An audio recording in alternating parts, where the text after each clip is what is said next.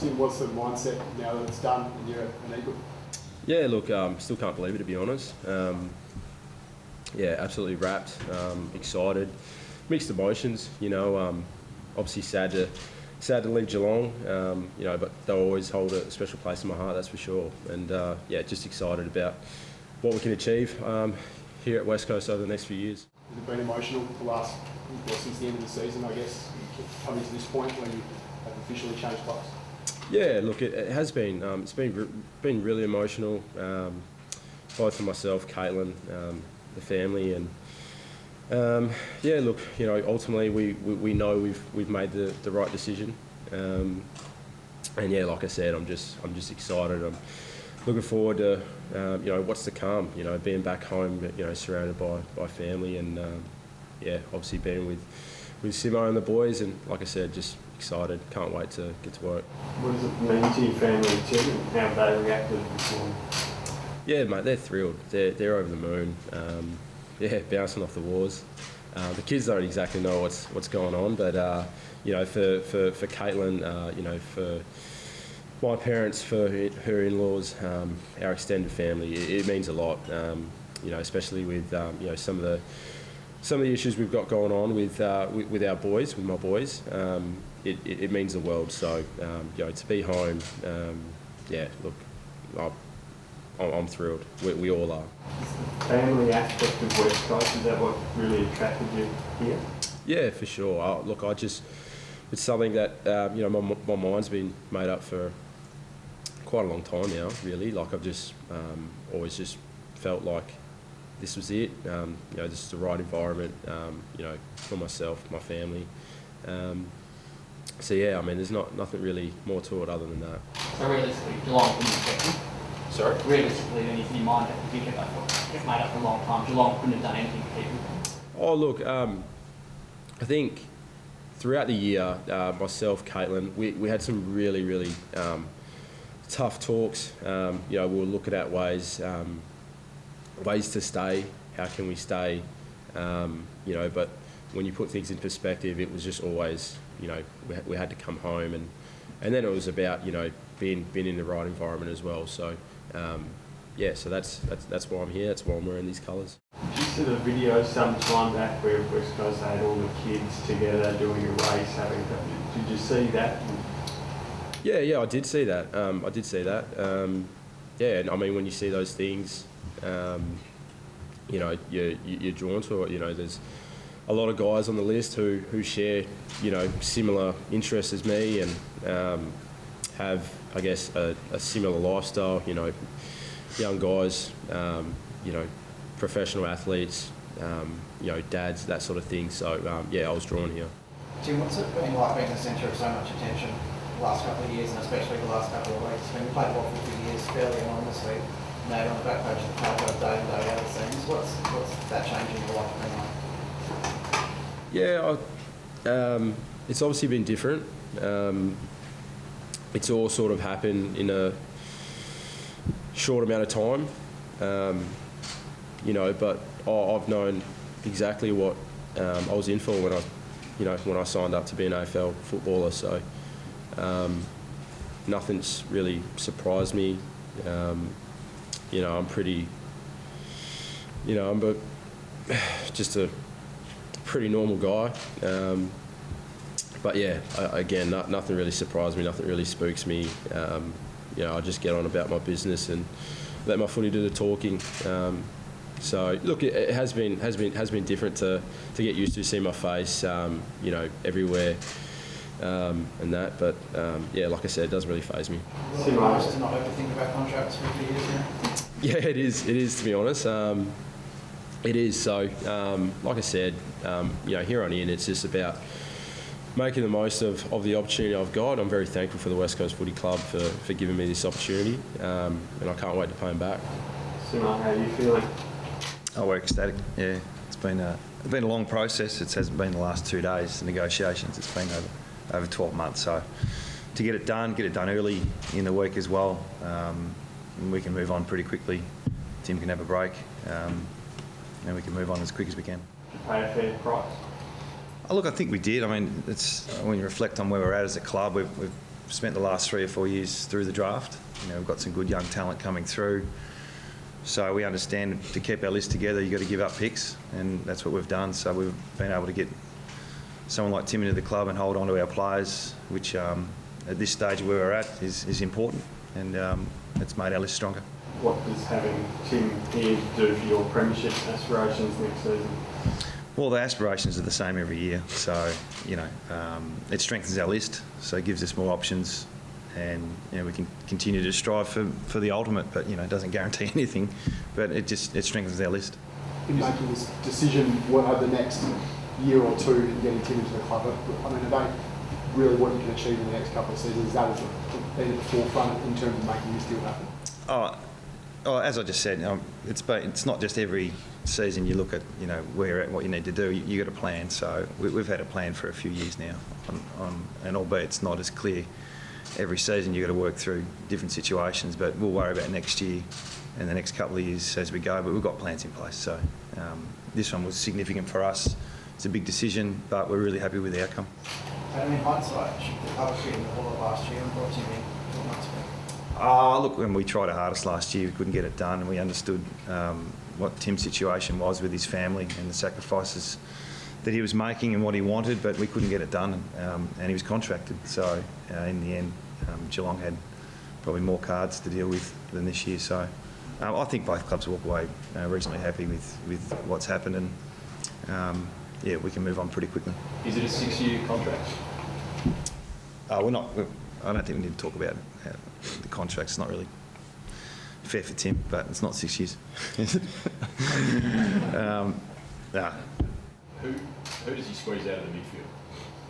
Sorry? Who does he squeeze out of the midfield? Oh, look, that's not for today either. We'll work through that. I'm pretty sure we'll find room. I don't think necessarily squeeze anyone out. Does it help you enjoy your holidays a bit more now? Oh, look, it's been stressful for everyone. I think Tim's probably had to deal with it more than anyone. So, yeah, we all need a break, that's for sure. Craig Vozzo definitely needs a break. Tim, who have you spoken to at the club? Any of the players, or do you know any of the players already, any of the West Coast boys? Yeah, obviously I've known Willie for a long time. When I sort of started off down at South Fremantle, he was there as well. I played with him for about a year and a half, and then he went back to NT, and obviously our careers have sort of gone different paths, and I'm excited about being his teammate, and I'm here for him and everything that he's going through. So Liam Ryan obviously played against him for a number of years in the Waffle. Those guys have reached out from time to time, and that's been good, and all the boys really. A fair few of them have just reached out at different stages, look, it's great to feel welcomed in, and like I said, I can't wait to get to work with these boys. Are you looking forward to roving to Nick Nat? Yeah, look, I have thought about it. Hey, it's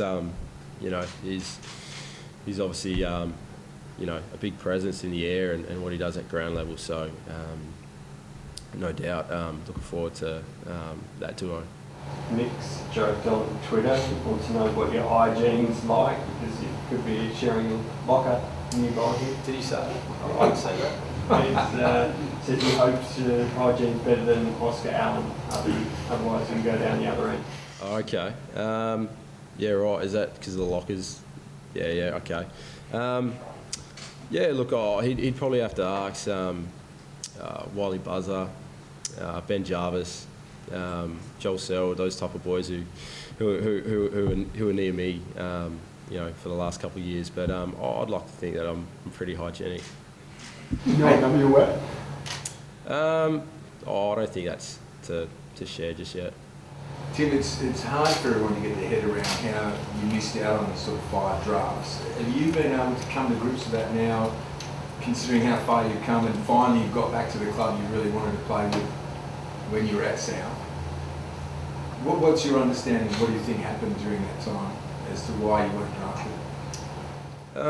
I think a lot of things happen. I mean, obviously, sometimes things just don't work out. Don't get me wrong. I feel as if I was definitely unlucky not to be picked up. A few times. Whether that obviously 2017 I was going to get picked up. It was kind of a matter of who. But the years before that, I thought I was quite unlucky not to get at least rookie listed. But there's more. Once you get into an AFL system, you understand a bit more that it's not as easy as like we want this guy and we want him, but for whatever reason you just can't, whether that be list issues, for whatever reason. But yeah, look, I think there's a few years there that I was a bit unlucky, and everything happens for a reason. I think if anything, it just made me more hungrier, made me work on my game. And I've came in a lot more solid than I would have been for sure if I got picked up a bit earlier. I'm not saying that if I would have got drafted earlier, I would have, who knows, maybe could have been delisted in 2 years' time. But I just feel like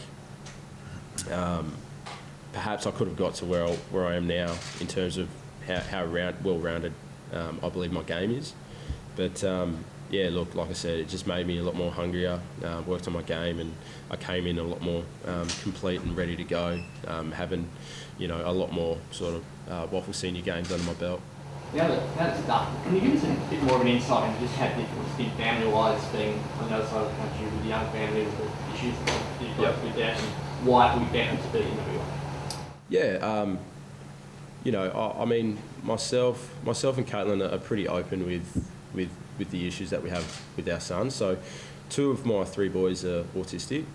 So there's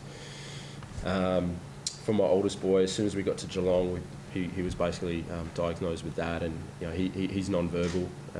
So weekly there's weekly speech therapy sessions. There's weekly occupational therapy sessions with him, and earlier this year we discovered that one of my twin boys is also going to be going down the same path where he's going to need the exact same treatment. So good thing is we've got onto it early, but as you can imagine, having to sort of manage all that on the other side of the country where you don't have any family support. I'm being a full-time athlete and giving Geelong Footy Club my all and all my time. Caitlin doesn't have anyone around to really assist with that, and it's pretty tough. And obviously you can just imagine, like, you don't really have to go on too much, but you can imagine how different it would be being home and having family and that around. So one, it's less pressure on me, and I can go to work day in, day out knowing that Caitlin's got the support around her, and I can just focus on doing what I do best. And what does it say about Blake to be able to play under those circumstances so well, given what he's been handling at home as well? Sorry? What does it say about him? Well, look, handling this it and play with probably him? goes through the reasons why, he wanted to leave. So what support we can offer Tim and his family, obviously at the football club, but also away from the club as well, is part of the appeal. So, yeah, we understand the situation, respect it, and we're here to support. We've got, I think, 11 or 12 players with children, and we understand it's a difficult task, just being a dad, and full stop. So any support we can give, we will. Does the club have any more to do in the trade period? I doubt it. I don't think there's too much left to do. At this stage, we'll keep working through. It's early days, so we'll see what happens. So you're likely to be picking late in the draft. What have your recruiters said about that? Are you confident there's some depth there? Yeah, we'll work through that now. Yeah, that's the next phase. Can we get a bit higher in the draft? That's up to our recruiters and list management. So that's the play out. So we've done that done this early, so we can work on the rest of the week. Tim, are you happy with what Geelong got out of the whole trade? Yeah, for sure. I think it's a win for both clubs. Like I said, when I got stopped on the way in, as soon as I landed in Perth, no one wanted to see Geelong, well compensated more than me. I've absolutely loved my time there. I love everyone involved. It's a great club. I was very fortunate to to play there for 2 years. And unfortunately, due to my circumstances, I can't stay there. I just couldn't stay there any longer. So I'm thrilled. Obviously, how things have panned out for me, but I'm thrilled with what Geelong get out of it as well. And if they can pick up some good players with their picks, and those guys go on to be 200 plus games for the club, then it'd be pretty special to be sort of a part of that as well. They don't have to be that good. Yeah. Have you heard from any of our former Geelong teammates today and you able to share with us what they might have said to you? Yeah, I've got obviously a lot of texts from the boys just wishing me all the best and saying well done, congrats, and happy for you and Caitlin and the kids. And I got off the phone to Joel Seller this morning, sort of just before it sort of got the deal got officially done. And we just wish each other all the best. Going to miss playing with each other, and look forward to the battles.